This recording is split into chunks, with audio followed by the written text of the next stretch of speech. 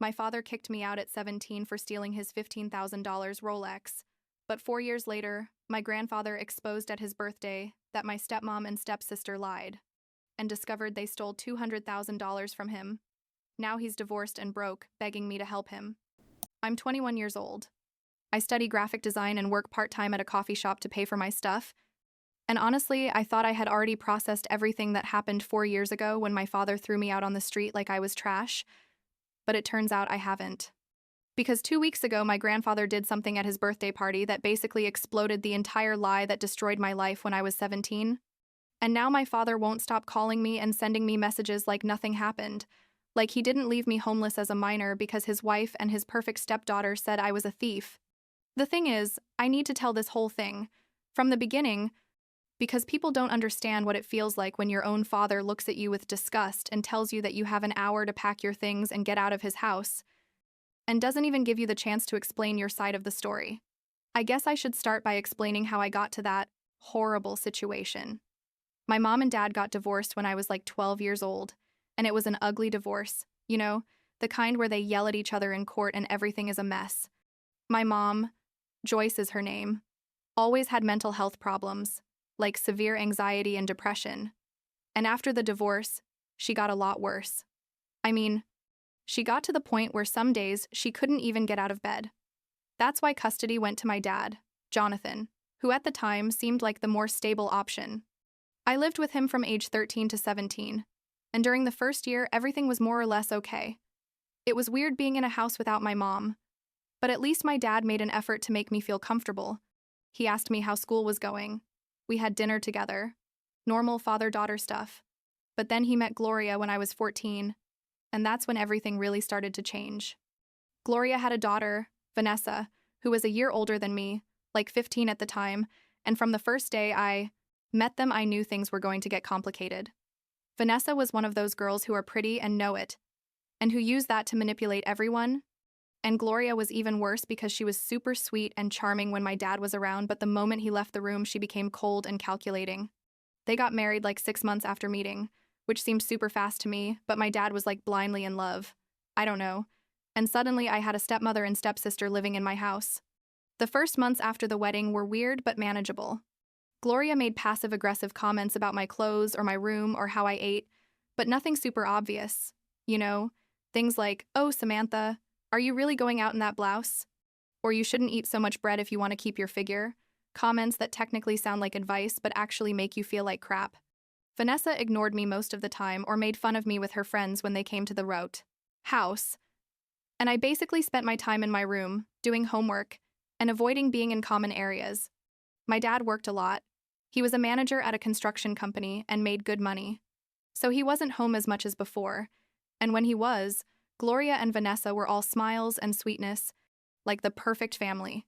What I didn't know then, and found out later, is that my dad had quite a bit of money saved, and some properties, and that the house we lived in was actually owned by my grandfather Leonard, my dad's dad, who had given it to my dad to live in, but technically it was still Grandpa's property. My grandfather Leonard is amazing, honestly. He's 75 now, and he's always been like my favorite person in the whole family.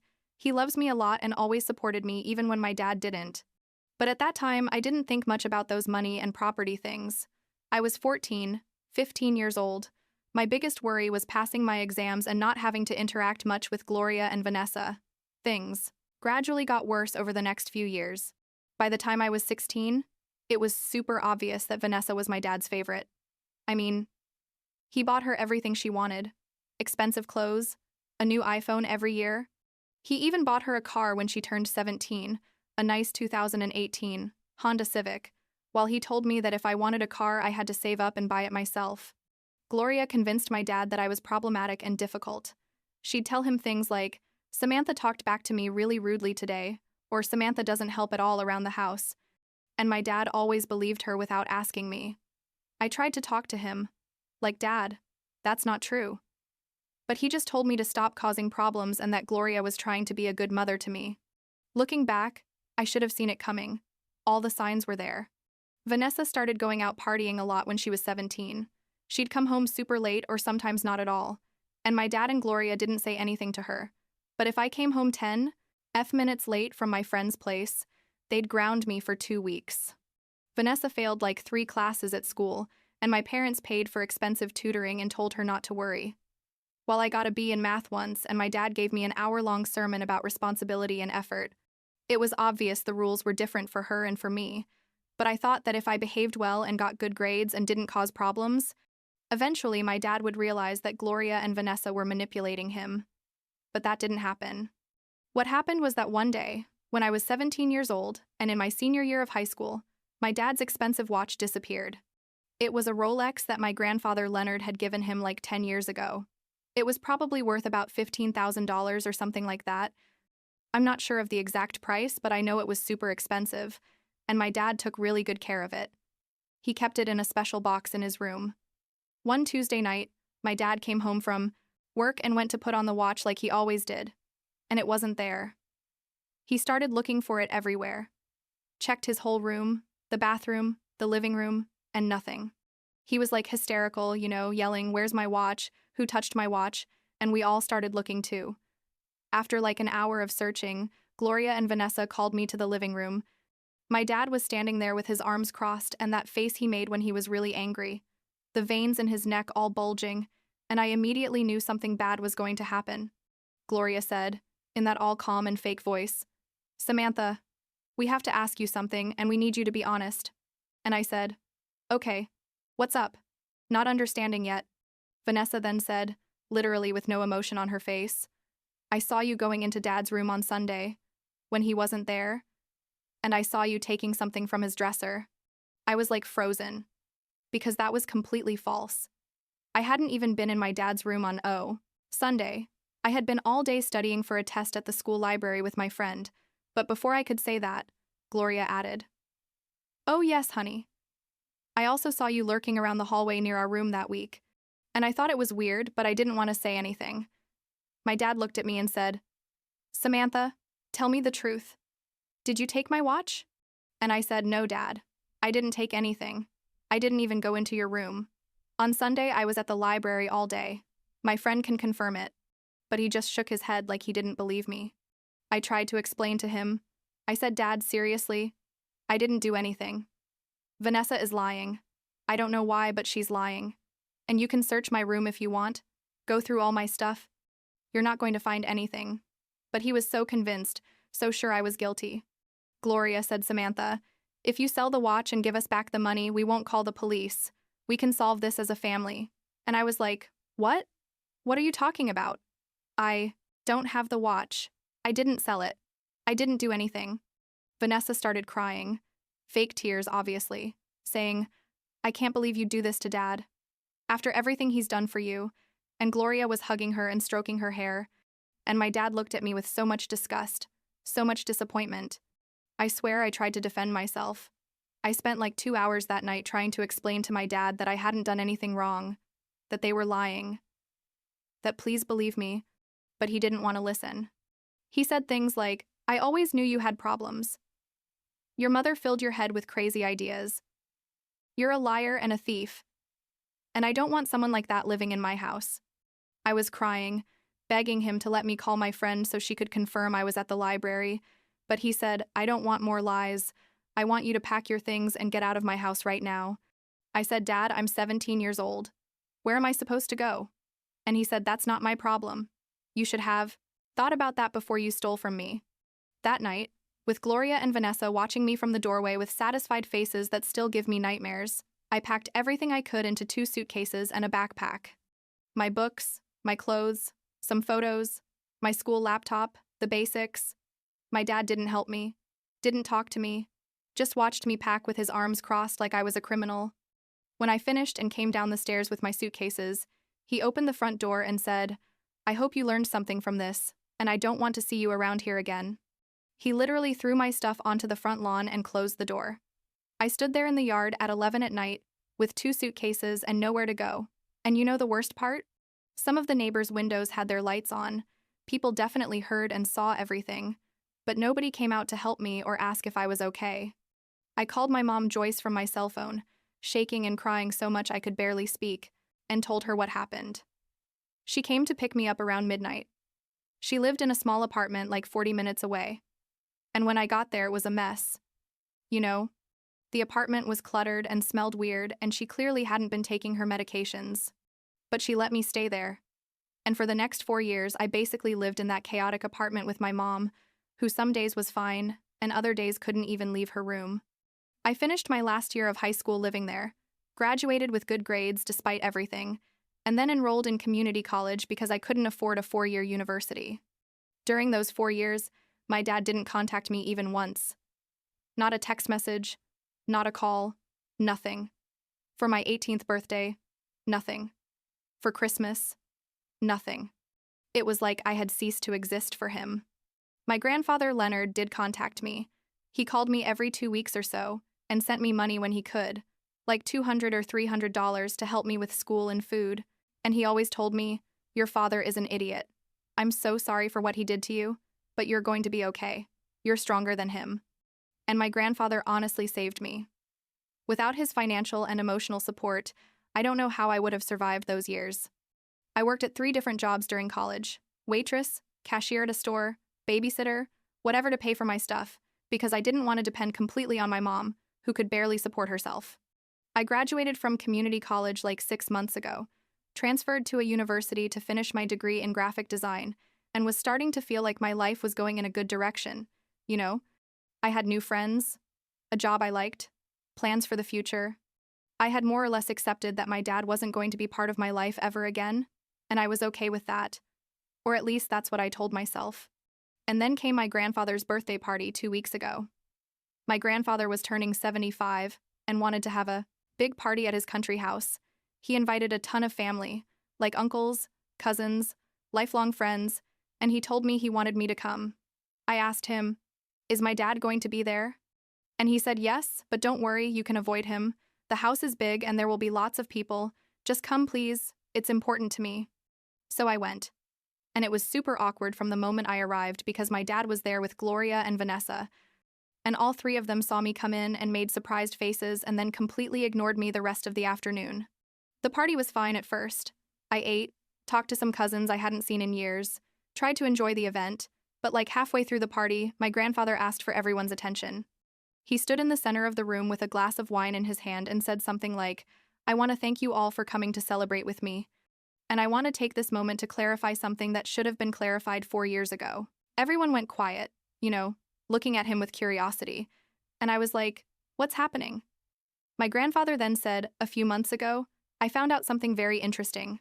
It turns out that the Rolex watch that my granddaughter Samantha supposedly stole 4 years ago showed up at a pawn shop on the other side of town.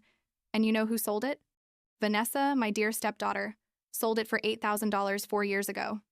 The silence that followed was like deafening. Everyone turned to look at Vanessa, who was sitting with Gloria and my dad, and Vanessa's face turned red immediately, and Gloria was like frozen. My grandfather continued, "I have all the documents here. The receipt from the pawn shop with Vanessa's signature, the report from the private investigator I hired to find out what really happened with that watch. It's all here.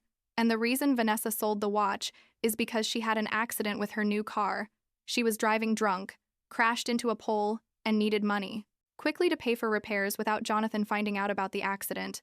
So she stole the watch and sold it. You can imagine the chaos that broke out after that. People started murmuring and turning to look at my dad, and Vanessa stood up and yelled, "That's not true." But my grandfather pulled out a folder full of papers and photos and said, "Here's everything. Whoever wants to see it can come over." Gloria tried to grab Vanessa's arm to get her out of there, but my grandfather said no. "You're not leaving until Jonathan apologizes to Samantha for kicking her out of the house as a minor based on lies." My dad was sitting there with the reddest face I've ever seen, his hands gripping the arms of the chair, and I was standing in the corner of the room not knowing what to do or what to feel, because basically my brain couldn't process what was happening. My dad finally stood up, walked over to where I was, and said, "Samantha, we need to talk outside." We went out to my grandfather's yard, and he started saying, "I'm sorry. I didn't know Vanessa had lied. I should have believed you." But before he could finish, my grandfather came out too and said, "No, Jonathan, I'm sorry isn't enough. You threw your minor daughter out on the street without even investigating if the accusation was true, without giving her the chance to properly defend herself. Do you know the damage you did to her?" My dad then got angry and said to me, "Samantha, tell me the truth. Did you tell your grandfather about the watch so he would investigate and make me look bad? And I said, what? No, I didn't tell him anything. I didn't even know he was investigating. But my dad didn't believe me, or didn't want to believe me, and started saying things like, you always knew how to manipulate people. You were always dramatic like your mother. And my grandfather intervened and told my dad he was a coward and a bad father, and that he was disappointed in him. My dad left the party with Gloria and Vanessa like 10 minutes later, without talking to me again. And I stayed there in my grandfather's yard crying, but not exactly from sadness. More like relief, mixed with anger, mixed with a weird feeling of emptiness, because I finally had the vindication I had wanted for 4 years, but it didn't feel like I thought it would feel. You know what I mean? It didn't feel like victory. It felt more like this should never have happened in the first place. My grandfather hugged me and said the truth needed to come out, and I needed the whole family to know what kind of person your father is and what kind of people Gloria and Vanessa are. He told me he had started investigating the watch thing because something didn't add up about the whole story. He knew me, and knew I would never do something like that. So he hired a private investigator like 6 months ago, and the guy found the trail of the watch at the pawn shop. Vanessa had used her real ID to sell it. I mean, she wasn't even smart enough to cover her tracks well. And the documents clearly said she sold it 2 days after it disappeared from my dad's house. I thought that was going to be the end of the drama, you know? The truth came out. My dad knows he messed up. Case closed. But no. Because 3 days after the party, my dad started calling me and sending me messages. At first, they were like, apologies. Like, Samantha, I know I made a mistake. We need to talk. Give me a chance to explain. And I ignored him because honestly, I didn't know what to say to him. But he didn't stop. He called like 5 times a day, sent me long messages saying he missed me and wanted to rebuild our relationship. And I eventually agreed to see him, just so he would stop bothering me. We met at a coffee shop near my apartment. And from the moment he sat down, I knew the conversation was going to be a disaster. He started by saying, Samantha, I'm so sorry about what happened. And I said, okay, I hope you now understand that I never stole from you. And he said, yes, I understand that. But you also need to understand that I was in a difficult position. Gloria and Vanessa were very convincing, and I had to protect my family. I looked at him like, are you serious? You just said that? And I said, I was your family. I was your daughter. And you kicked me out like I was trash without even listening to my side. He defended himself, saying, I know, but we need to leave the past in the past and move forward. I asked him what he meant by move forward, and he basically wanted me to forgive Gloria and Vanessa, for us to be a family again, to forget everything that happened. He said Gloria is very sorry and Vanessa is going through a difficult time, and I think if we all sit down to talk, we can resolve this. I stared at him, unable to believe what I was hearing, and I said, Dad, they ruined my life. They made me look like a thief in front of the whole family. They left me homeless at 17. And you want me to forgive them just like that? And he said, well, I also have some blame for telling your grandfather everything so he would humiliate us in public.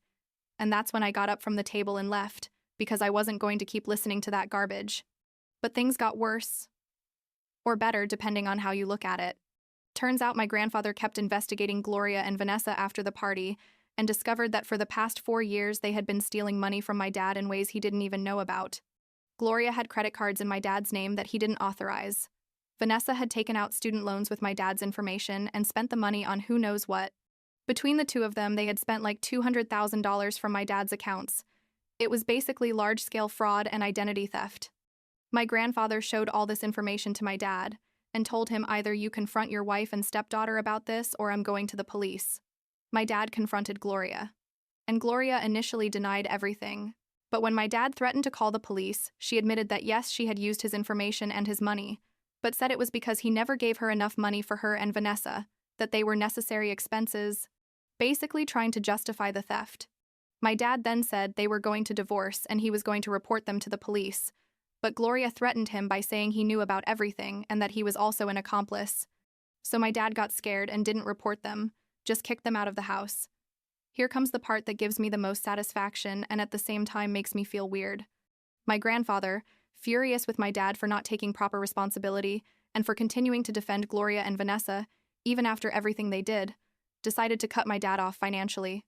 Turns out my grandfather had been giving money to my dad for years, like he paid the mortgage on the house, which technically was my grandfather's anyway, and gave him money for extra expenses, and my grandfather said, "That's it, you're not getting any more money from me." And also, my grandfather forced the sale of the house where my dad lived because it was my grandfather's property, so my dad literally had to find another place to live.